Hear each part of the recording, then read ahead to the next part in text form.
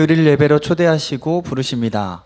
주님은 예배를 통해서 우리와 교제하시기를 원하십니다.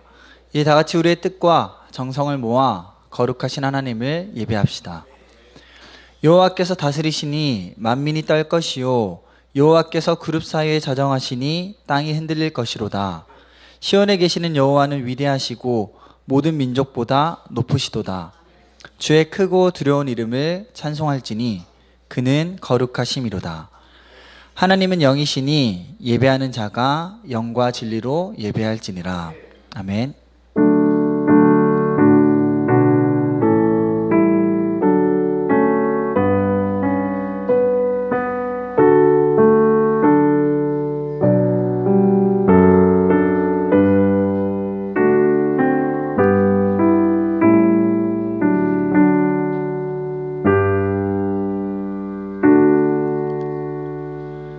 다 같이 사도신경하심으로 우리의 신앙을 함께 고백하겠습니다. 나는 전능하신 아버지 하나님 천지의 창조주를 믿습니다. 나는 그의 유일하신 아들 우리 주 예수 그리스도를 믿습니다. 그는 성령으로 잉태되어 동정녀 마리아에게서 나시고 본디오 빌라도에게 고난을 받아 십자가에 못 박혀 죽으시고 장사된 지 사흘 만에 죽은 자 가운데서 다시 살아나셨으며 하늘에 오르시어 전능하신 아버지 하나님 우편에 앉아 계시다가 거기로부터 살아있는 자와 죽은 자를 심판하러 오십니다. 나는 성령을 믿으며 거룩한 공교회와 성도의 교제와 죄를 용서받는 것과 몸의 부활과 영생을 믿습니다. 아멘.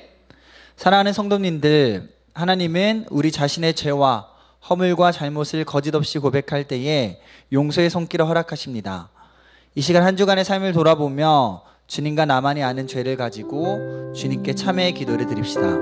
그래야 할 때 주님께서 용서의 은혜를 베푸실 것입니다. 함께 기도하겠습니다.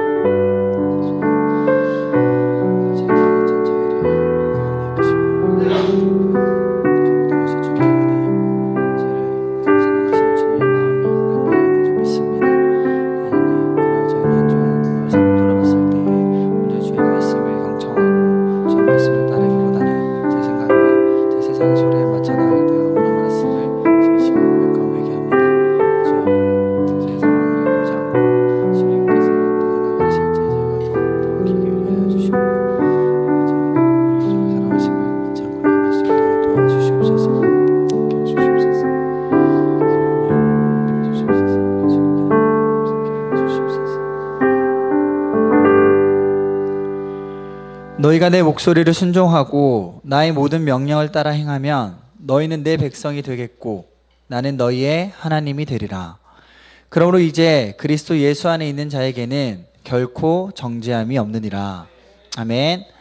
오늘도 예배 가운데 오신 여러분들을 주님의 이름으로 사랑하고 또 축복합니다. 이 시간 서로를 좀 축복하면서 저희 함께 찬양을 시작하였으면 좋겠습니다.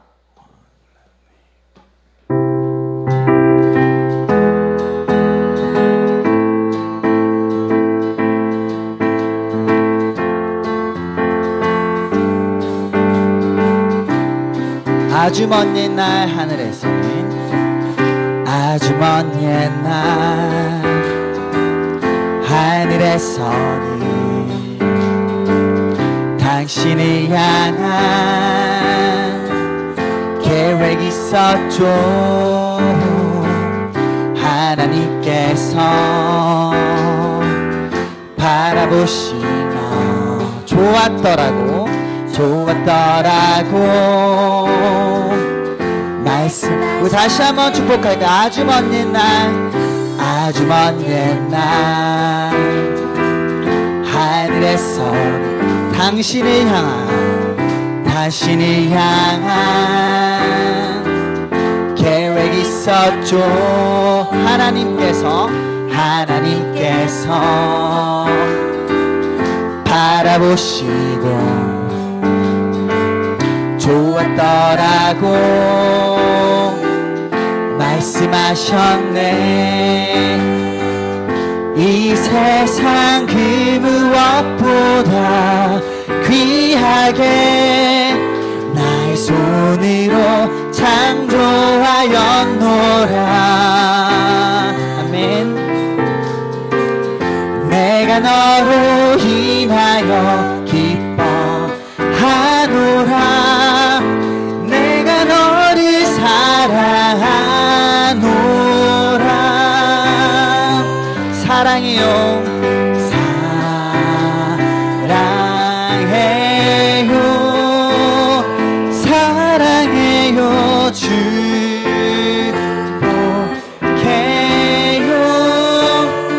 축복해요, 당신의 마음에 우리의 사랑을 드려. 우리 한 번 더. 아주 먼 옛날 하늘에서, 아주 먼 옛날 하늘에서는 당신을 향한 계획이 있었죠. 하나님께서 바라보시며 좋았더라고 말씀하신. 아멘. 이 세상 그 무엇, 이 세상 그 무엇보다 귀하게 나의 손으로 창조하였노라. 내가 너로 인하여 기뻐하노라. 내가 너를 사랑하노라. 사랑해요, 사랑해요,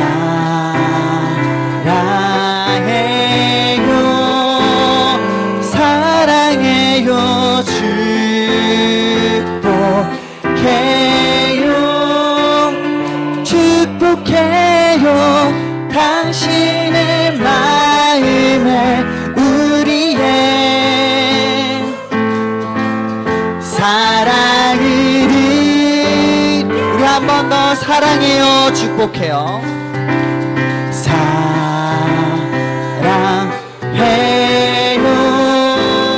사랑해요. 축복해요, 축복해요, 당신의 마음에 우리의. 우리 마지막으로 주변에 있는 분들을 축복하며 고백하겠습니다. 사랑해요, 축복해요, 사랑해요,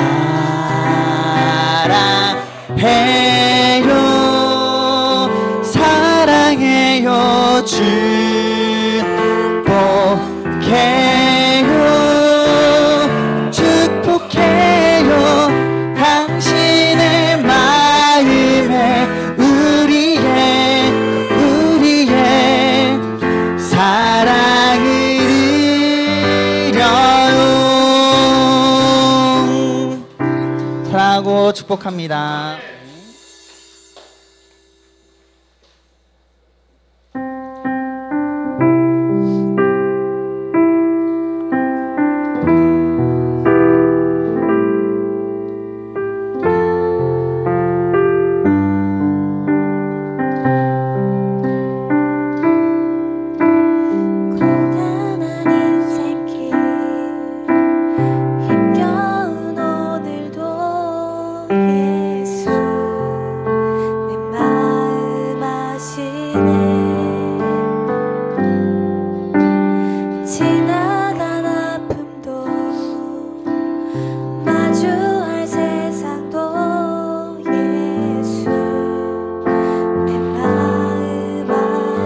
함께 고백할까요? 고단한 인생길, 고단한 인생길, 힘겨운 하늘도 예수 내 마음 아시네. 아멘. 지나간 아픔도 마주할 세상도 예수 내 마음 아시. 믿음의 눈 들어, 믿음의 눈 들어 주를 보리. 이 또한 지나가리라. 주어진 내 삶의 시간 속에 주의 뜻. 아멘. 다시 한번 고단한 인생길, 고단한 인생길, 힘겨운 오늘도 예수 내 마음 마시네. 아멘. 지나간 아픔도 마주할 세상도 예수 내 마음 마시네. 하루를 살아도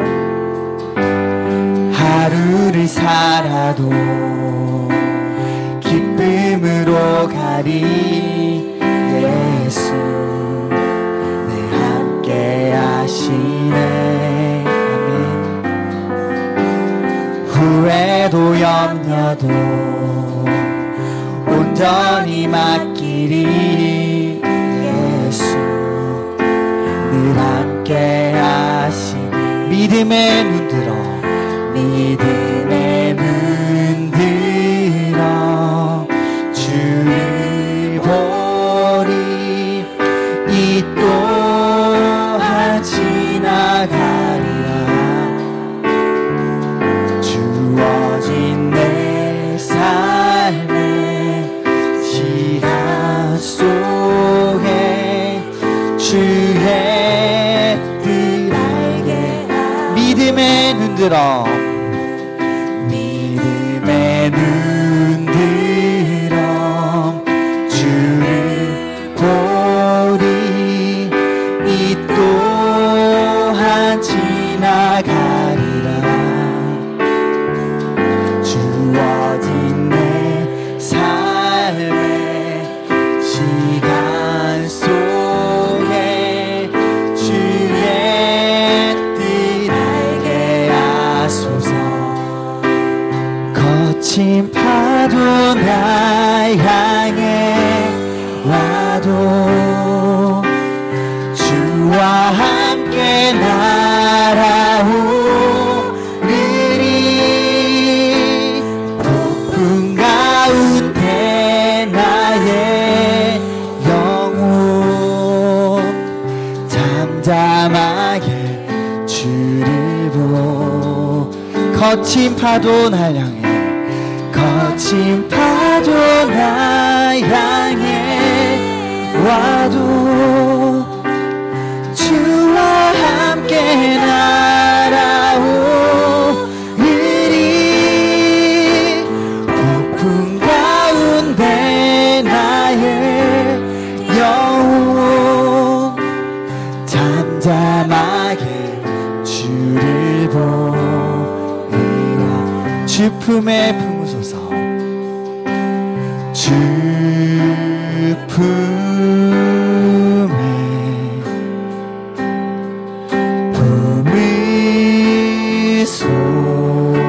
품으소서. 능력의 발로, 능력의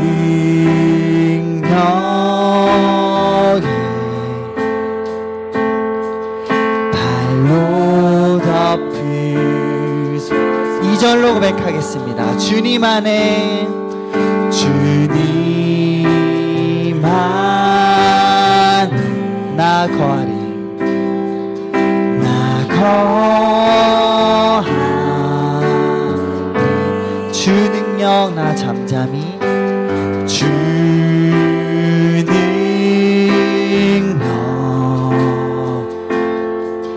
나 잠잠히.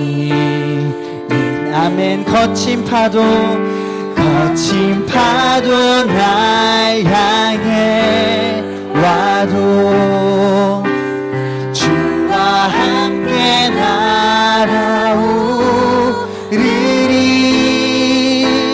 폭풍 가운데 나의 영혼 잠잠하게 주를 보리라. 거친 파도 날 향해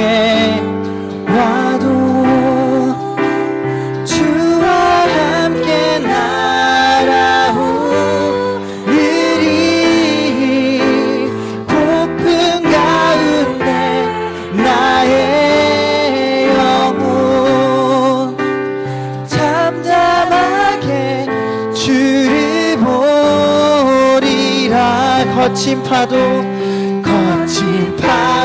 나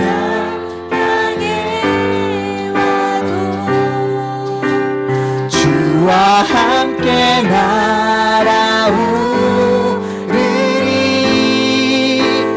폭풍 가운데 나의 영혼 잠잠하게 주를 보리라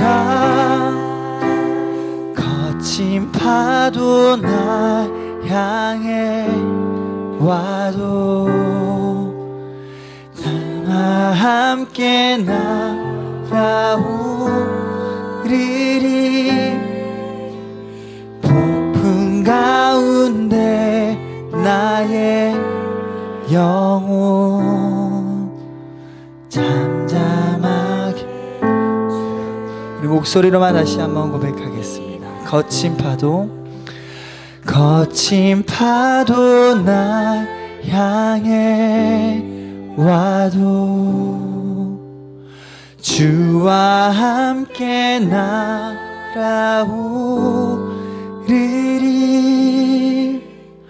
폭풍 가운데 나의 영혼 잠잠하게 주를 보리라.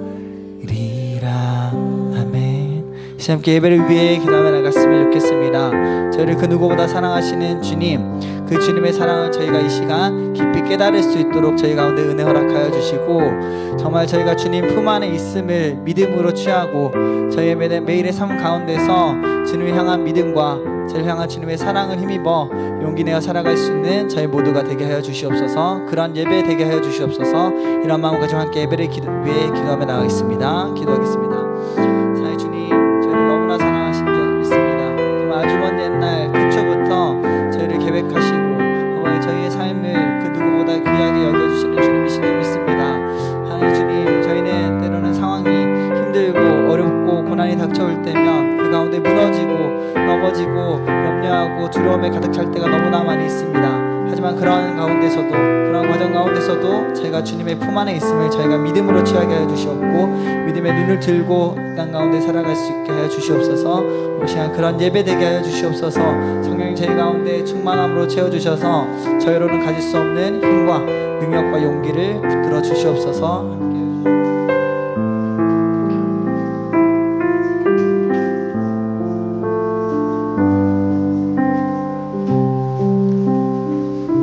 날마다 우리에게 은혜 주시기를 기뻐하시는 하나님 아버지, 먼저 감사와 영광을 올려드립니다. 어느새 2023년도 반년이 지나서 이제 무더위가 다가오는 여름을 우리가 앞두고 있습니다. 만물을 지으시고 또한 우리를 만물의 영장이 되게 하시고 하나님 아버지의 귀한 자녀로 삼아주시며 언제나 주님의 은혜와 복을 충만히 우리에게 내려주심을 진심으로 감사합니다. 오늘도 주의 전에 나와서 하나님 아버지와 교통하게 하시며 저희들을 위하여서 준비하신 귀한 말씀으로 또 덧입혀 주시는 주의 은혜를 깨닫습니다. 그러나 저희는 때때로 주신 은혜에 합당한 삶을 살지 못하였고 아버지의 뜻대로 살지 못하였음을 고백합니다. 이 연약한 심령들을 불쌍히 여기시고 이 시간에 우리의 모든 잘못된 모든 행실들을 용서해 주시고 은혜를 더입혀 주시옵소서. 더욱더 우리 신앙이 그리스도의 장성한 분량을 향해서 장성해가는 아버지 그런 신앙인으로 설 수 있도록 하나님이 은혜 베풀어 주시옵소서. 몸된 교회를 섬기는 목사님, 사모님, 전도사님들, 권사님들, 집사님들, 성님들 영육간에 강건하게 하시며 목사님과 또 말씀을 전하는 전도사님들 말씀을 전할 때마다 능력이 나타나게 하시며 기도할 때마다 기도의 능력이 나타나게 하옵소서. 교육자들이 가정을 평안 가운데서 지키시고 어려운 일 없도록 하나님께서 인도해 주시옵소서. 수고하는 우리 교회 모든 재직들을 붙드시고 날마다 새로운 은혜를 더하여 주옵소서. 맡겨주신 직분을 주 안에서 신실하게 감당할 수 있도록 도와주시고 봉사하고 헌신하는 가운데서 기쁨이 넘치게 하옵소서. 또한 우리들 각자의 생활 속에서 말씀과 우리가 기도에 전념할 수 있도록 하나님 은혜 베풀어 주시옵소서. 어느 순간이라도 믿음이 없어 넘어지거나 좌절하거나 낙심함이 없도록 하나님 반석 같은 믿음을 세워주시옵소서.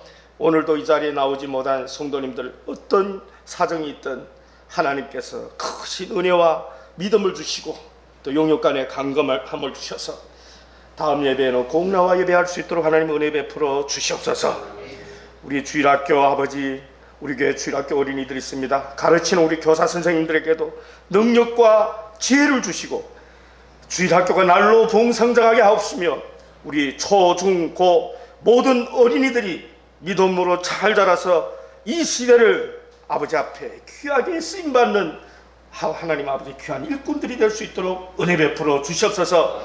우리 교회 또 청년들이 있습니다.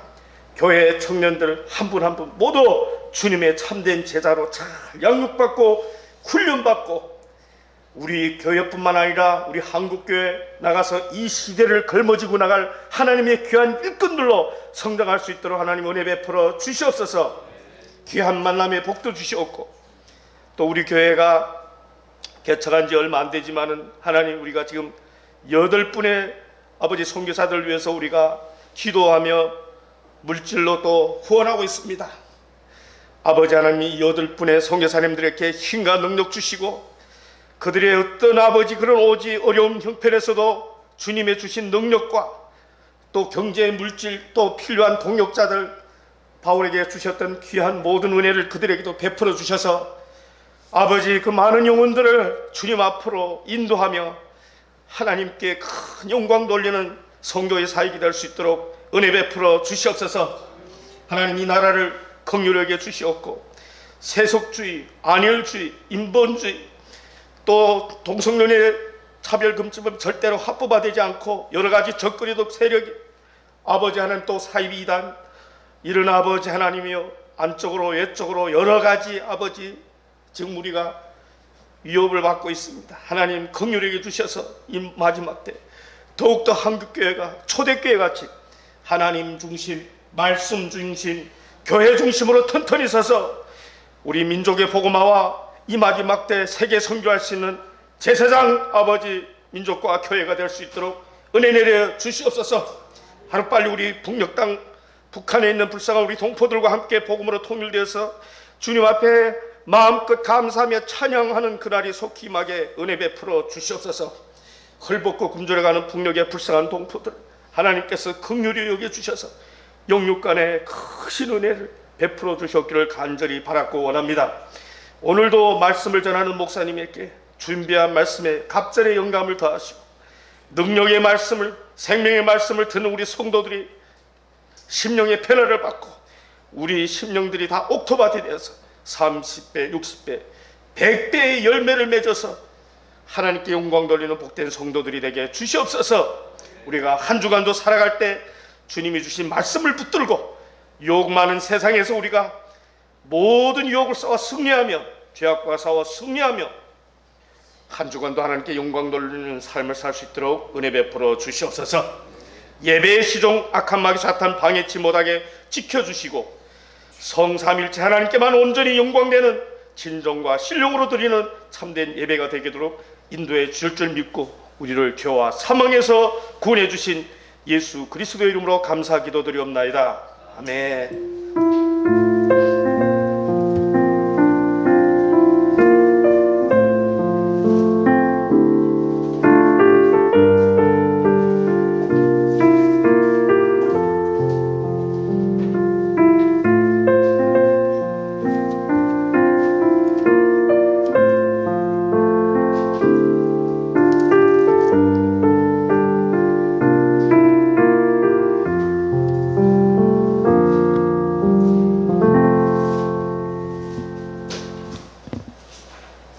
하나님께서 우리에게 주시는 말씀 요한복음 1장 14절 그리고 요한복음 15장 6절 2절 말씀입니다.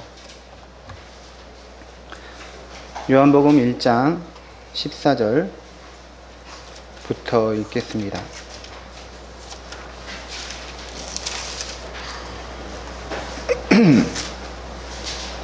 요 14절 말씀 같이 봉독하겠습니다. 말씀이 육신이 되어 우리 가운데 거하심에 우리가 그의 영광을 보니 아버지의 독생자의 영광이요 은혜와 진리가 충만하더라. 아멘. 요한복음 15장 26절입니다. 15장 26절 같이 읽겠습니다. 내가 아버지께로부터 너희에게 보혜사 곧 아버지께로부터 나오시는 진리의 성령이 오실 때 그가 나를 증언하실 것이요. 아멘. 이 시간에 김광선 전사님 특성으로 하나님께 영광 올려드리겠습니다.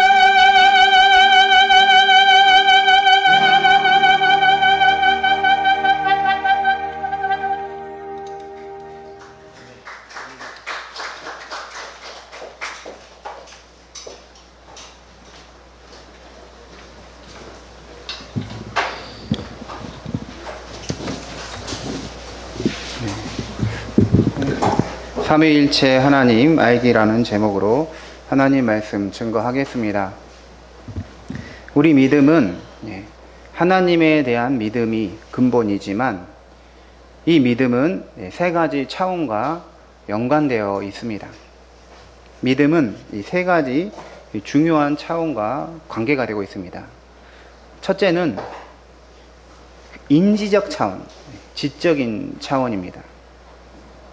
피조물인 인간이 창조주 하나님을 아는 것이 믿음의 지적인 차원입니다. 이게 믿음의 기초입니다. 인간은 하나님을 알도록 창조되었습니다. 이사야 1장 말씀에 소도 그 주인을 알고 나귀도 그 주인의 구유를 안다라고 했습니다. 애완견도 자기 주인을 알아보는 것입니다. 저희 집에 키우는 고양이도 저를 알아보는 것 같습니다. 확실하지 않지만 좀 알아보는 것 같아요. 하물며 하나님의 형상으로 특별하게 지음받은 인간이 창조주 하나님을 아는 것은 당연한 것입니다. 우리 인간은 하나님을 알도록 창조되었습니다. 그러므로 우리는 하나님을 알고자 하는 마음을 항상 가지고 있어야 합니다. 저는 중고등학교 때 교회 다니면서 하나님을 정말 알고 싶었어요. 성경도 알고 싶었습니다. 또 하나님에 대한 것이든 믿음 생활에 대한 것이든 질문이 많았습니다. 그래서 공과 공부하면 제가 질문하더라고 교육이 잘 안 됐어요. 세상을 알고 싶은 그런 마음보다도 하나님을 알고 싶은 마음이 훨씬 컸습니다. 그래서 학교 공부보다는 교회에서 하는 여러 공부들, 또 예배라든가 이런 것들이 훨씬 좋았습니다. 신학대학에 입학해서 신학을 공부하니까 하나님을 더욱 알게 되고 성경도 공부하게 되니까 정말 즐겁고 재밌는 거예요. 내가 와야 할 길을 온 곳이구나 이런 생각이 들었습니다. 게다가 저의 믿음이 이 말씀, 신학, 이 지식에 근거를 하니까 쉽게 흔들리지 않았습니다. 성도님들, 우리는 하나님을 알아야 하고 성경에 계시된 진리의 내용을 알아야 합니다. 영적인 지식을 알아야 합니다. 오늘 설교처럼 삼위일체 하나님을 아는 것과 같은 것이 우리 신앙의 그 지적인 차원, 인지적 차원이라고 할 수가 있습니다. 믿음의 두 번째 차원은 관계적 차원입니다. 우리는 하나님을 지식으로만 아는 게 아니라 하나님과 실제적인 관계로서 알아가야 합니다. 즉 하나님을 의지하고 또 신뢰하고 맡기면서 하나님과 관계를 맺는 것이 신앙의 관계적 차원입니다. 아무리 하나님에 대해서 상세하게 알더라도 하나님과 아무 관계없이 살아간다면 그 지식도 공허한 것입니다. 학생들이 연예인의 그 사생팬이 되어서 자기가 좋아하는 가수나 연기자, 배우가 무엇을 좋아하고 어떤 것에 관심이 있는지 일거수일투족 다 아는 경우가 있습니다. 하지만 실제로 그 연예인과 개인적 신분이나 관계가 전혀 없다면 그것은 아는 것이지만 아는 게 아닌 것이죠. 교회를 오래 다니다 보면 하나님에 대해서 이것저것 아는 게 많아집니다. 성경책의 내용이 무엇을 담고 있는지 아는 게 많아집니다. 그래서 어느 정도 흥미를 가질 수 있습니다. 그런데 중요한 것은 하나님과의 인격적인, 개인적인 친밀한 관계 없이 이것저것 아는 것은 실제로 하나님을 아는 것이 아닐 수 있습니다. 순간마다 하나님을 의지하고 있는지, 무슨 일이든 하나님께 맡기며 일을 추진하는지, 하나님 안에서 계획을 세워가고 있는지, 이게 중요한 거예요. 이와 같은 신앙의 관계적 차원은 믿음에서 굉장히 중요한 차원을 차지하고 있습니다. 아는 만큼 보인다는 말이 있습니다. 마찬가지로 우리는 하나님을 아는 만큼 하나님과 관계를 맺어야 합니다. 하나님과 친해져야 합니다. 하나님에게 내 모든 것을 토로할 수가 있어야 합니다. 우리가 시편을 읽어보면 이 시편의 저자들이 하나님과 얼마나 친밀한지, 얼마나 긴밀한 관계를 유지하는지 금방 느낄 수가 있습니다.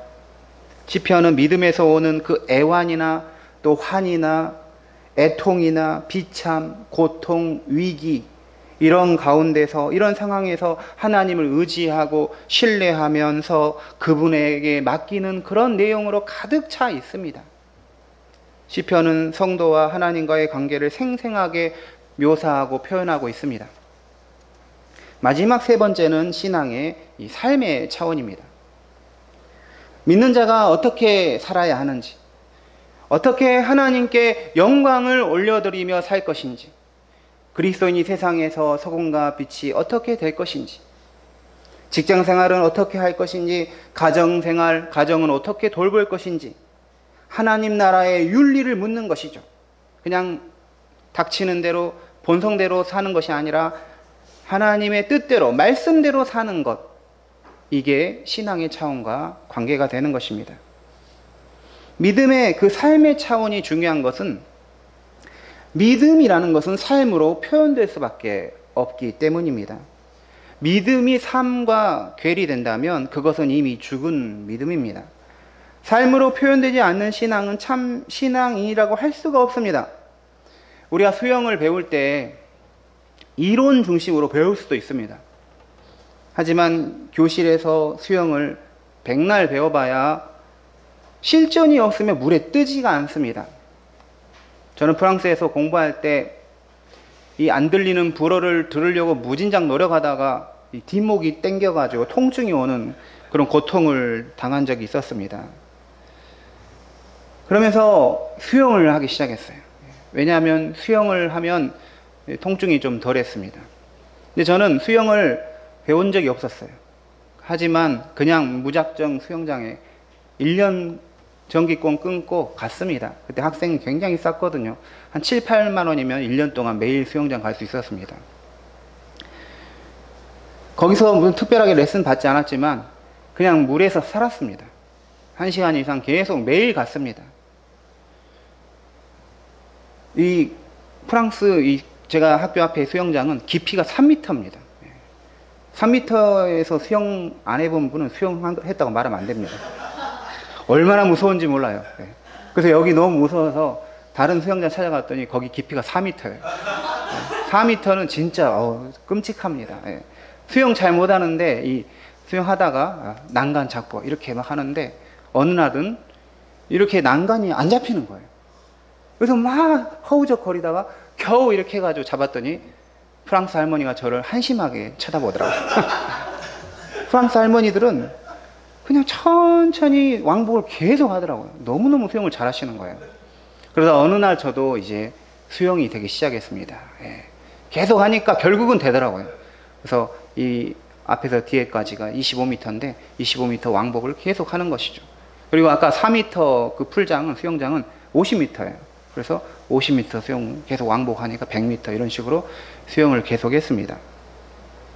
실제로 해보는 게 배우는 것입니다. 믿음도 마찬가지입니다. 실제로 현장에서 삶에서 믿음으로 살려고 부단히 노력하다 보면 믿음이 어느 날 성장해 있는 것이죠. 믿음대로 살려고 할 때 말씀이 실천이 되고 현실이 되는 것입니다. 저는 목사이고 그래서 주일에는 이렇게 교회에서 사역하지만 주중에는 학교에서 이 신학대학에서 학생들을 가르치고 여러 다양한 업무를 보고 있습니다. 그래서 학교에서 학생들에게 하나님에 대해서, 교회에 대해서, 또 믿음에 대해서 가르치고 또 목회에 대해서도 가르치지만 사실 목회라는 건 철저하게 현장에 있습니다. 아무리 이론적으로 신학적으로 이렇게 목회를 해야 한다 하더라도 현장은 다를 수가 있는 거예요. 그래서 이론만큼 실천이 중요한 것입니다. 우리 그리스도인은 믿음의 세 가지 차원인 하나님을 알고 또 하나님과 그 관계된 영적인 진리를 아는 이 지적인 차원을 귀하게 여기고 이것을 본질로 여겨합니다. 또한 하나님을 이제 바라보면서 또 사모하며 하나님과 동행하는 그런 믿음의 관계적 차원도 귀하게 여기고 소중히 여길 수 있어야 합니다. 하나님을 철저하게 의지하며 살아야 합니다. 또 하나님의 자녀로서 삶의 현장에서 어떻게 살아야 하는지 그리스도인의 삶의 차원도 대단히 중요하게 여겨야 합니다. 그래서 저는 주일 설교에서 이제 매주 설교를 하지만 이 세 가지를 균형 있게 전하고 싶습니다. 하나님을 아는 지적인 차원, 하나님과 인격적인 교제의 차원, 믿음이 실천되는 삶의 차원에 대한 말씀을 균형 있게 전하고 싶습니다. 우리 성도님들도 이 믿음의 차원들을 균형 있게 형성하시길 바랍니다. 그 점에서 오늘 말씀은 믿음의 그 지적인 차원, 인지적 차원의 정수라고 할 수가 있어요. 왜냐하면 우리가 하나님이 누구인지를 아는 것만큼 이 세상에 가장 고상한 지식이 없기 때문입니다. 어거스틴은 이 세상 지식을 이제 두 가지로 나누는데 땅의 지식과 하늘의 지식으로 나눴습니다. 땅의 지식은 세상에서 습득할 수 있는, 학습할 수 있는 그런 지식들이죠. 과학적인 지식, 철학적 지식, 문학적 지식, 정치적 지식, 이런 게 땅의 지식입니다. 반면에 하늘의 지식은 하나님이 누구신지, 하나님의 그 구원과 계획이 무엇인지, 역사의 목적과 종말이 무엇인지, 이런 영적인 지식입니다. 그런데 어거스틴은 아무리 땅의 지식을 많이 가진다고 해도 하늘의 지식을 직접적으로 가지는 게 아니다라는 것이죠. 땅에서 하늘로 올라가는 것이 아니라 하늘의 지식이 우리에게 내려왔을 때 하늘의 지식을 우리가 가질 수 있다라고 했습니다. 땅의 지식은 땅의 지식이요, 하늘의 지식은 말씀과 성령에 의해서 하늘에서 주어지는 지식인 것입니다. 지난주 우리는 삼위일체 하나님에 대한 말씀을 들었습니다. 성경에서 하나님을 성부와 성자와 성령 하나님으로 계시하고 있다라고 했습니다. 또한 이 성부와 성자, 성령 하나님은 한 분 하나님이라고 말하고 있다고 했습니다. 삼위, 세 인격, 성부 하나님, 성자 하나님, 성령 하나님, 세 인격은 한 분 하나님이라는 거죠. 그러면 이 성자의 인격, 성부의 인격, 이 성령의 인격, 그 인격이 뭘까? 우리도 사람도 인격이잖아요. 인격이 있다 그러잖아요. 근데 그거 좀 다릅니다. 성부를, 성자를, 성령을 인격이라고 지칭할 때는 두 가지가 결합된 거예요. 하나는 본질입니다. 본질. 그리고 고유성입니다. 같이 해보겠습니다. 본질과 고유성. 네. 그래서 성부의 인격하면 본질과 고유성이 결합된 거예요. 본질은 뭐냐? 신성입니다. 하나님이십니다. 그거는 성부, 성자, 성령이 다 동일하게 가지고 있는 것이죠. 그리고 고유성이 있어야 된다는 거예요. 그것은 바로 성부만이 가진 성자와 성령이 없는 고유성, 성자도 아들만이 가진 고유성, 성령도 성부와 성자가 없는 고유성이 있다는 것이죠. 그래서 고유성은 다른 그 위격, 인격과 구별된 특징을 본인이 가지고 있는 것을 말합니다. 성도님들, 우리 성도님들은 다들 하나님을 삼위일체 하나님으로 믿으실 줄로 압니다. 그러면 삼위일체 하나님은 언제부터 삼위일체 하나님이셨을까요? 네, 영원부터 영원까지죠. 근데 우리가 약간 기준을 나눌 필요가 있어요. 이 세상이 창조할 때하고 그전, 창조가 되기 전과 되고 나서 이 하나님에 대해 생각할 수 있는데, 그러니까 하나님이 원래 삼위일체 하나님이 아니었는데 갑자기 어느 순간에 삼위일체로 바뀌자 이렇게 된 게 아니라는 것이죠. 왜냐하면 이 하나님의 속성 중에 불변성이 있습니다. 불변. 하나님은 막 마음대로 바뀌고 속성이 바뀌고 본질이 바뀌고 그런 분이 아닙니다. 영원한 것이죠. 그래서 삼위일체 하나님이라면 영원히 삼위일체 하나님으로 계시는 것이죠. 하지만 방금 말한 것처럼 이 세상을 창조하고 나서 삼위일체 하나님과 이 세상을 창조하기 전에 삼위일체 하나님은 구별이 될 수가 있습니다. 그것을 뭐라고 부르냐면 내재적 삼위일체와 경륜적 삼위일체 이렇게 부릅니다. 벌써 이 용어 나오면 오늘 설교 포기해야 되겠다 이렇게 생각하지 마시고 개념을 알아야 돼요. 개념이라는 게 굉장히 중요합니다. 모든 학문에는 개념이 있어요. 그래서 같이 보면 내재적 삼위일체. 내재적 삼위일체는 창조 이전 삼위 하나님 안에서의 관계를 말합니다. 경륜적 삼위일체. 네, 따라해야 돼요. 경륜적 삼위일체. 네. 그것은 세상을 창조하고 나서의 삼위일체이신 하나님을 말합니다. 제가 목회자가 따라서 하라면 따라하면 좋아요. 왜냐하면 사람의 인지라는 게 한번 입으로 표현하면 나중에 또 들으면 그거 들었던구나 이렇게 할 수 있기 때문이죠. 다 같이 보겠습니다. 내재적 삼위일체와 경륜적 삼위일체.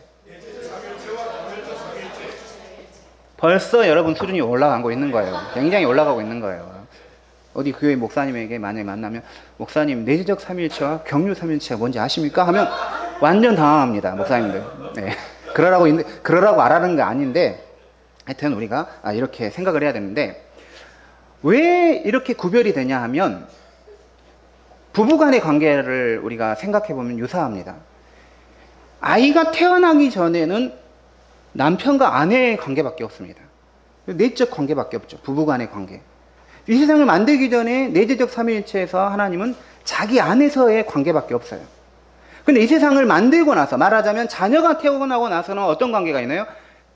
부부간의 관계도 있지만 엄마가 자녀에게 관계, 아버지가 자녀에게 관계, 그 외적인 관계가 있어요. 부부의 내적인 관계가 아니라 밖으로 나가는 자녀로 향하는 그런 특별한 또 관계가 생기잖아요. 하나님도 이 세상을 만들기 전에와 만들고 나서는 자신을 밖으로 드러내는 거죠. 피조 세계에 자신을 드러내시고 구원하기 위해서 자신을 드러내시는 것입니다. 그래서 창조하기 전에는 하나님의 내적인 관계밖에 없어요. 이것을 조금 더 어려운 말로 하면 존재론적 삼위일체라고 하는데, 그리고 밖으로 자기가 드러나는 그 경륜적 삼위일체는 기능적 삼위일체라고 말합니다. 하나님의 역할이 있다는 거죠. 성부 역할, 성자 역할, 성령의 역할이 있다라는 것이죠. 그래서 자기 자신 속에 계시는 하나님을 내재적 삼위일체라고 합니다. 그리고 우리를 위해서 자신을 드러내시고 구원하시는 그 삼위일체 하나님을 경륜적 삼위일체라고 하는 것이죠. 그래서 내재적 삼위일체는 하나님의 내적인 신비를 말하는 것이라면, 경륜적 삼위일체는 구원의 역사 속에서 하나님이 하시는 사역을 말하는 것입니다. 제가 처음에 인격을 정의를 뭐라고 했죠? 뭐와 뭐라 했죠? 본질과 고유성. 네. 제가 이렇게 학교에서도 가르쳐 보다 보면 듣는 즉시 잊어버리더라고요. 그래서 가르치는 사람도 먹고 살 수 있는 것 같아요. 네. 성도님들도 듣는 즉시 잊어버린 것 같은데, 어쨌든 인격은 뭐냐? 본질 그리고 고유성이 있다는 거죠. 그러면 이 세상 창조하기 전에 성부와 성자와 성령 하나님은 고유성이 있다는 것이죠. 그게 무엇이냐? 바로 오늘 우리가 읽었던 말씀입니다. 요한복음 1장 14절부터 읽겠습니다. 말씀이 육신이 되어 우리 가운데 거하심에 우리가 그의 영광을 보니 아버지의 독생자 영광이요 은혜와 진리가 충만하다. 아버지의 독생자. 성자 그리스도는 누구다는 거예요? 독생자. 독생자가 뭘까? 문자적으로 보면 홀로 아들이라는 것입니다. 그런데 성경에 보면 로마서 8장 14절, 무릇 하나님의 영으로 인도함을 받는 사람은 곧 하나님의 아들이라 했어요. 우리는 성경에 보면 나를, 신자를 하나님의 자녀라고도 하고 하나님의 아들이라고 하는데, 예수님도 하나님의 아들이잖아요. 그러면 예수님이 왜 독생자이냐? 우리도 하나님의 아들인데 이건 좀 다릅니다. 무슨 말이냐면, 예수님은 본질상 독생자예요. 본질이 아들인 거예요. 하지만 우리는 뭡니까? 입양했어요. 그래서 아들 때문에, 본질상 아들인 그리스도 때문에 우리를 아들로 여겨주시고 받아주신 거죠. 처음에 저는 애완견들을 이렇게 키우는 것들을 이렇게 보다가 깜짝 놀라는 게, 어떤 아주머니가 이 강아지에게 엄마야, 내가 엄마라고 그러더라고요. 전 그 용어를 처음 들었을 때 굉장히 충격적이었어요. 어떻게 동물에게 엄마라고 말할 수 있나. 응? 저희도 이제 고양이를 키우는데 우리 다들 이제 저희 아내도 엄마라고 하더라고요. 근데 저는 도저히 아빠라고 할 수가 없어요. 제 뭐라 이건 아니다 생각이 들어서 아저씨란 표현을 씁니다. 아저씨야 이렇게 고양이에게 나 아저씨야 계속 그래요. 아빠는 아닌 것 같아 아무리 봐도. 예. 그래서 이거는 우리가 고양이가 딸이 아니에요. 암컷이거든요. 딸이 아니지만 예, 딸처럼 여겨주는 거죠. 우리는 원래 하나님의 아들이 아니에요. 자녀가 아니지만 뭐예요? 아들로서 자녀로서 여겨주는 것입니다. 이런 차이가 있는 것입니다. 우리가 하나님을 아버지라고 부를 수 있는 것은 우리가 본질이 아들이어서가 아니라 그래서가 아니라 본질상 아들이신 예수 그리스도를 믿음으로써 우리도 이제 하나님을 아버지라고 부를 수 있는 자격이 생기는 것입니다. 그래서 성부는 아버지로서의 고유한 특징이 있습니다. 그것은 바로 성자를 낳으신 것입니다. 성자는 아버지에게서 출생한 거예요. 아버지는 아들을 낳고 아들은 아버지에게서 출생을 한 것입니다. 그래서 성부 하나님의 고유성은 부성, 아버지성입니다. 그리고 성자의 고유성은 독생 성자이기 때문에 자성, 아들됨이신 거, 아들이심인 거죠. 우리 성경에 보면 시편 2편 7절에 오늘 내가 너를 낳았도다. 성부가 성자를 낳았도다라고 말합니다. 골로새서 1장 15절에 그리스도는 보이지 아니하시는 하나님의 형상이요 모든 피조물보다 먼저 나신 이시니 모든 피조물보다 먼저 낳으셨다라는 것이죠. 그런데 아들이 아버지에게서 낳으셨다, 출생하셨다라는 말을 들으면 뭔가 어감이 이상하게 느껴질 수가 있습니다. 마치 아버지 없는 아들이 아버지에게서 태어난 것처럼 느껴질 수가 있는 것이죠. 그런데 아들이 아버지에게서 태어나신 것은 제가 아들을 낳은 거하고는 좀 개념이 달라요. 모든 사람은 태어났죠. 태어났으니까 이 땅에 살고 있어요. 태어난 사람은 다들 생일을 가지고 있습니다. 근데 생일을 가지고 있다는 것은 태어나지 않은 때가 있다라는 것입니다. 그러니까 태어나기 전에는 있었어요, 없었어요?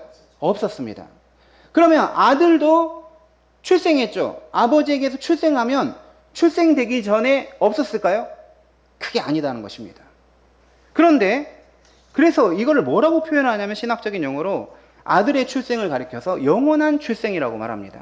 같이 해보겠습니다. 영원한 출생. 네. 영원한 출생이다. 저는 처음에 이런 신학적 개념을 이해하기 위해서 공부를 하면서 너무나 이게 이해가 안 되더라고요. 근데 나중에서 이제 이해가 됐는데 그 영원한 출생이라는 건 뭐냐면 시간적인 시점에서 태어난 것이 아니라 항상 아들로 출생한 거예요. 그래서 출생했는데 출생되지 않은 적이 없습니다. 이게 영원한 출생이에요. 그러니까 출생했어요. 출생을 아버지에게서 아들이 나오셨죠. 그런데 나오지 않은 적이 없는 거죠. 출생되지 않은 적이 없는 거죠. 그래서 영원한이라는 형용사를 붙이면 아니었던 적이 없다라는 것입니다. 아들이 아니었던 적이 없어요. 아들이 아니었던 적이 있다 하면 피조물이 되는 것입니다. 아들이지만 아들이 아니었던 적이 없는 거예요. 그게 바로 영원한 아들 출생인 것입니다. 그리고 이제 성령님이 이제 첫 번째 인격인 아버지, 성부, 그 다음에 두 번째 인격인 성자, 그리고 성령이 세 번째 인격이신데 성령도 그 고유성을 가지고 있습니다. 그것은 바로 나오심입니다. 우리 요한복음 읽었던 15장 26절 보겠습니다. 시작. 내가 아버지께로부터 곧 아버지께로부터 나오시는 진리의 성령이 오실 때 그가 나를 증언하실 것이요. 아멘. 여기서 나오시는 진리의 성령이라는 단어가 딱 나와버렸어요. 나온대. 그래서 성령의 고유성은 나오심, 신학적인 용어로 발출이라고 말합니다. 성령이 누구에게 나온다는 거예요? 아버지에게서 나온다. 성자는 아버지로부터 출생했고 성령은 아버지에게서 나오신다. 발출했다는 것입니다.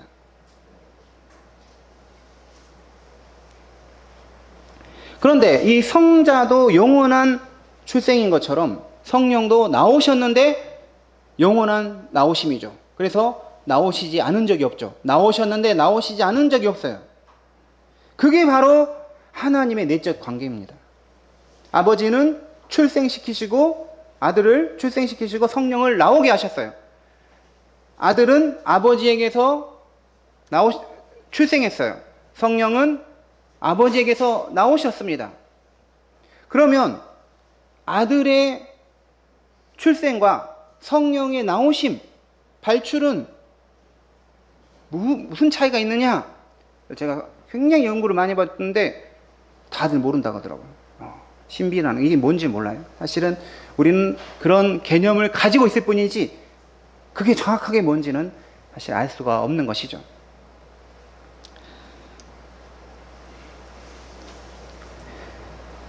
세상 창조 이전 삼위 하나님은 이제 외적인 이 밖으로의 사역 없이 내적인 그 존재의 신비만을 가지고 계셨습니다. 방금 말한 것처럼 아들은 아버지에게서 출생하고 성령은 이제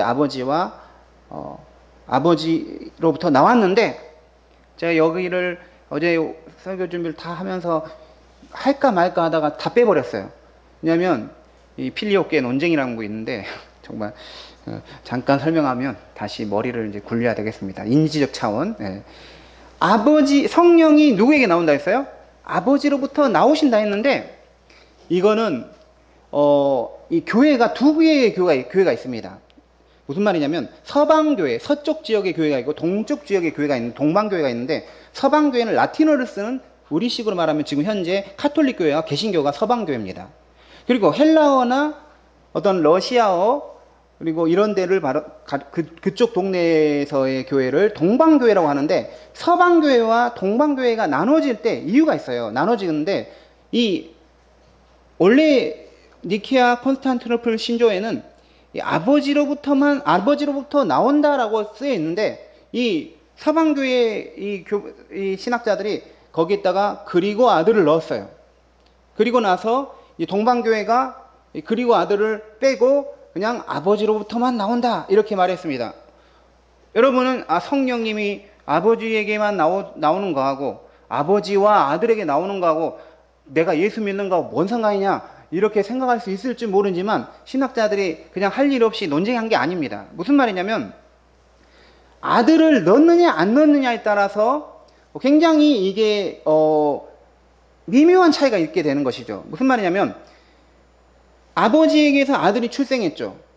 성령은 아버지에게서 나오셨어요. 이렇게 되면 성부가 제일 위에 있고 성자 그 다음에 성령 이렇게 종속이 되는 느낌을 받게 되는 것이죠. 하지만 이 성자를 이 아버지와 아들에게서 성령이 나온다고 하면 아들의 위치가 아버지에게로 동격이 되는 거예요. 그래서 삼위일체 하나님의 동등한 그 영광과 존재를 가질 수 있게 되는 것이죠. 또 하나는 만약에 성령이 아버지로부터만 나온다고 하면 약간의 그 자연신학적으로 빠질 수가 있는데 우리는 성령님이 아버지로부터 나오시고 보내시지만 또 아들에게서도 파송되어서 이 그리스도의 구원의 역사, 성경, 하나님의 특별한 계시 이 안에서 성령이 나오는데 만약에 동방교회처럼 아버지로부터만 성령이 나온다 하면 그냥 자연 속에서도 그냥 성령의 역사가 가능하다는 것이죠. 우리는 말씀과 그리스도 이 안에서 성령의 역사를 봐야 하는데 잘못하면 이 그리스도의 구속 중심을 넘어서서 그냥 뭐 약간 다원주의적인 사고로 할 수 있기 때문에 그리고 아들을 넣은 것입니다. 네. 그 다음에 이제 우리가 경륜적 삼위일체라는 게 있습니다. 네. 경륜적 삼위일체라는 것은 성부, 성자, 성령이 세상을 만드시고 자신을 밖으로 드러내시는 그런 하나님의 삼위일체 하나님의 모습인 것이죠. 사람도 그런 것 같아요. 어떤 사람이 자기 내면에만 자기 내부에만 머무르는 사람은 약간의 내재적인 차원만 있는 사람이고 어떤 사람은 밖으로 계속해서 자신을 막 드러내고 표현하려고 하잖아. 이런 사람은 외향적인 사람인 것처럼 하나님도 내적인 삼위 하나님도 있지만 외적으로 자신을 계속해서 드러내시는 것입니다. 그런데 여기서 중요한 것은 경륜적 삼위일체 안에서는 종속적인 모습이 나타난다는 거예요. 그러니까 무슨 말이냐면 아들이 아버지를 머리로 두고 아버지의 뜻대로 행하고 자기를 비워서 하늘의 영광을 비우고 종이 되고 계속해서 아버지의 그 말씀대로 살아가는 그 종속적인 그런 것들이 계속 보여요. 이것을 여호와의 증인들은 뭐라고 보냐면 그게 바로 존재 자체가 그렇다고 봐버린 거죠. 그래서 열등한 존재로 봐버린 거죠. 예수님을, 그리스도를. 이것은 기능적으로 원래 그런 분이 아니지만 내재적 삼위일체 안에서는 동일하신 분이지만 세상을 구원하기 위해서 자신을 비우고 아버지를 머리로 두고 계속해서 순종하면서 하나님 나라 일을 하셨다, 이렇게 이해해야 되는데 그것을 마치 본질 자체가 종속되는 것처럼 여호와의 증인은 믿기 때문에 여호와만이 하나님이고 다른 예수님은, 그리스도는 피조물이다, 이렇게 정의를 해버리는 것이죠. 성령님도 마찬가지입니다. 성령은 그리스도의 영입니다. 아버지의 영이지만, 그래서 성령이 주는 계시는 다른 계시를 주지 않습니다. 예수님이 제자들에게 가르쳐 주신 그 계시를 우리 마음에 확증하고 깨닫게 하고 그런 것이죠. 그래서 다른 복음을 성령님 우리에게 주시지 않는다는 것이죠. 성령님도 누구에게 종속되는 것 같아요? 그리스도에게 종속되는 것 같죠. 그리스도는 누구에게 종속되는 것 같아요? 아버지에게 종속되는 것 같아요. 이것은 바로 뭐냐? 구원을 하기 위한 하나님의, 삼위일체 하나님의 그런 기능이라는 것, 역할이라는 것이죠. 그래서 우리가 삼위일체 하나님은 내재적인 차원이 있고 경륜적 차원, 구원을 하기 위해서 밖으로 드러나는 차원이 있다라는 것이죠. 그래서 오늘 말씀 우리가 마무리하겠는데요. 우리는 하나님을 다 알 수가 없습니다. 그래서 츠빙글리는 이런 말을 했어요. 딱정벌레가 인간을 아는 것보다 우리가 하나님을 아는 것이 더 적다. 그 정도로 피조물로서 우리가 하나님을, 창조주 하나님을 안다는 건 정말 작은 지식에 불과한 것이죠. 그래서 우리가 하나님을 다 이해할 수 없어요. 하지만 우리는 성경에 계시된 내용은 알려고 노력해야 하는 것이죠. 그 삼위일체 하나님이 어떤 분이시고 어떻게 사역하시는지를 우리는 알아야 합니다. 다른 어떤 종교에도 존재하지 않는 게 삼위일체 신관입니다. 유대교는 유일신관을 믿습니다. 그래서 여호와 하나님만 하나님이라고 믿습니다. 또 다른 종교에서는 신이 많습니다. 그래서 수백, 매덕 이런 신들이 있잖아요. 다신교가 있죠. 또 하나는 범신론이 있습니다. 범신론은 모든 게 신이라는 거죠. 돌도 신이고 호수도 신이고 나무도 신이다. 근데 우리가 믿는 하나님은 한 분 하나님이지만 세 위격으로서의 하나님이라는 거죠. 우리가 삼위일체에서 가장 중요한 거는 한 분 하나님으로 만나는 게 아니에요. 항상 한 분 하나님은 성부와 성자와 성령으로만 만나는 것입니다. 그래서 근데 이 성부, 성자, 성령은 한 분이라는 거예요. 그래서 신은 하나인 거예요. 하지만 성부 위격으로, 인격으로, 성자 위격으로, 성령의 위격으로 우리가 삼위 하나님을 만나고 삼위 하나님을 예배하고 신앙하면서 세상에서 우리가 살아갈 수 있는 것입니다. 하나님은 삼위 하나님이시다. 이 믿음을 가지시고 어떤 이단에 넘어가지 마시기 바랍니다. 다른 어떤 인간이 신이다. 신이 되려면 최소한 뭐가 있어야 되냐면 자존성, 용언성이 있어야 됩니다. 태어났지만 아들처럼 태어나지 않은 적이 없어야 돼. 항상 태어나야 되는 거예요. 그러니까 없는 적이 없어야 되는 것입니다. 하지만 안사롱이나 이만이나 이 땅에 오기 전에 없는 적이 있었죠, 당연히. 그렇기 때문에 그것은 우리가 믿어야 할 신앙의 대상이 결코 아니다라는 것입니다. 기도하시겠습니다. 하나님, 우리가 어찌 우리의 판단으로, 이성으로 삼위 하나님을 다 알 수 있겠습니까? 하지만 성경에 계시된 그 내용을 우리가 수용하면서 성부와 성자, 성령, 하나님, 삼위일체 되신 하나님을 또 믿고, 또 우리가 각 인격, 성부, 아버지 하나님 우리가 부르고 믿고, 성자 예수님 영접하고 말씀대로 살고, 성령님 우리 안에 함께 하시고 성령을 따라가는 우리 모두 되게 해 주시옵소서. 예수님의 이름으로 기도드립니다. 아멘. 우리 다 같이 일어나셔서 봉헌 찬송 10장 하시겠습니다. 앉으셔서 하다가 4절에서 일어서기 바랍니다. 네.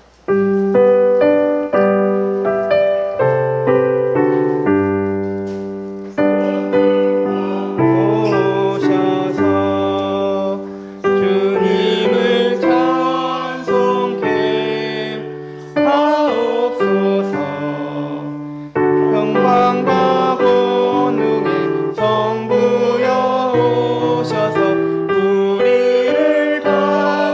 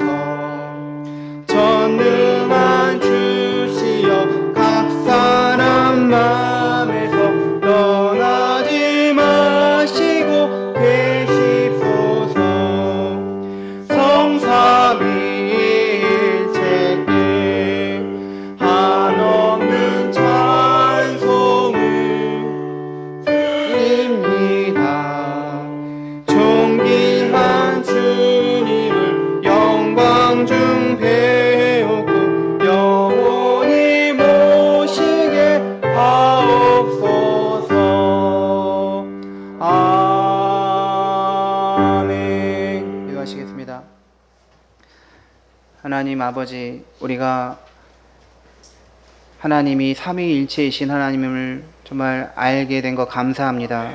그리하여 우리가 아버지 하나님도 예배하지만 아들 그리스도 예배하고 성령 하나님도 예배합니다. 삼위일체이신 하나님을 예배합니다. 삼위일체 하나님께서 우리를 삶 가운데 지켜주시고 또 한 주간 이렇게 지켜주시다가 주일에 교회에 와서 성삼위 하나님을 예배하게 하심을 감사드립니다. 이 시간에 우리가 드리는 그 물질, 재정 하나님께 맡깁니다. 하나님께 드립니다. 은혜와 복을 내려주셔서 풍성하게 하여 주시옵소서. 우리 성도님들 삶의 자리가 풍성하게 하여 주시옵소서. 나누고 베푸는 삶을 살 수 있도록 은혜 내려 주시옵소서. 교회도 주님 안에서 풍성하게 되기를 원합니다. 하나님 나라 사역을 위해서 정말 주의 영광을 위하여 우리가 물질을 가지고 사용되게 하여 주시옵소서. 건강도 지켜주시고 가정도 지켜주시고 직장도 지켜주시고 모든 삶의 자리를 주님께 맡깁니다. 의지합니다. 주님 홀로 영광 받아 주시옵소서. 예수님의 이름으로 기도드립니다. 아멘. 네, 자리에 앉아주시기 바랍니다. 네. 우리 교회 소식 안내하겠습니다. 먼저 우리 옆에 분들과 함께 인사하겠습니다. 하나님을 바르게 합시다. 또 다른 분이 하나님과 동행합시다.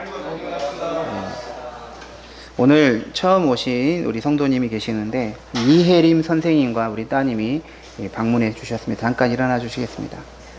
환영합니다. 축복합니다. 감사합니다. 교회 처음 왔는데 삼위일체 하나님 설교해서 좀 죄송한 마음이 좀 있어요. 네. 우리 청년부 소그룹 목양실에서 장년부 소그룹 친교실에서 있습니다. 주중 성경 읽기, 출애굽기 8장, 9장, 10장, 로마서 10장, 11장 읽겠습니다. 6월 25일 이번 달 마지막 주일에는 정교인 회의가 있습니다. 그래서 우리가 더 교회가 아름답고 선하게 주의 통치를 인도하심 받을 수 있도록 서로 의견을 모으면서 지혜를 모으면서 회의를 하는 시간 갖도록 하겠습니다. 그리고 거리 전도는 항상 마지막 주일에 하게 되는데 비가 올 때만 그 다음 주로 연기해서 하도록 하겠습니다.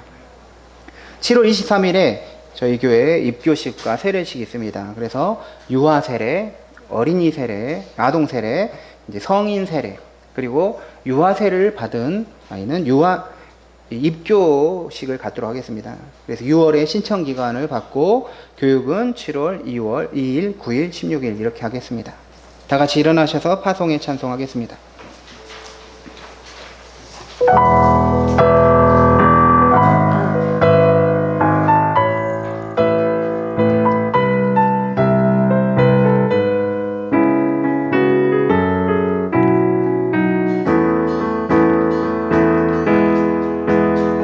나보다 나를 잘 아시는 주님, 내가 주를 떠나 어디로 가겠나이까. 나 어딜 가든지 주의 손이 나를 인도하시며 주의 오른손이 나를 붙드시리라.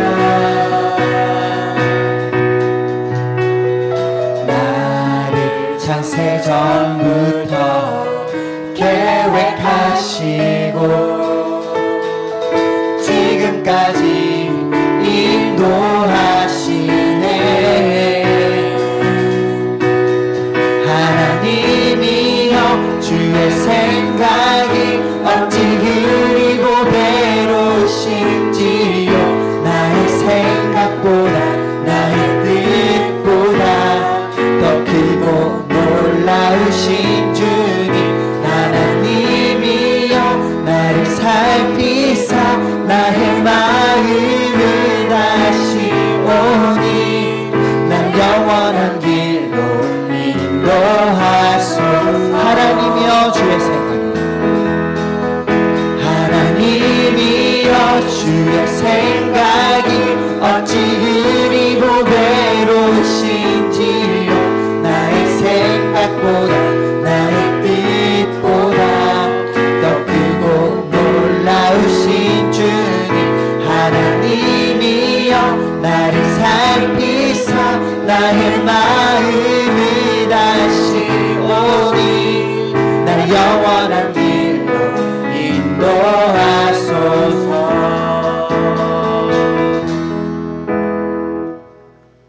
이제는 우리 주 예수 그리스도의 은혜와 하나님 아버지의 크신 사랑과 성령의 교통하심이 이제부터 영원토록 함께 하시길 간절히 축원하옵나이다. 아멘.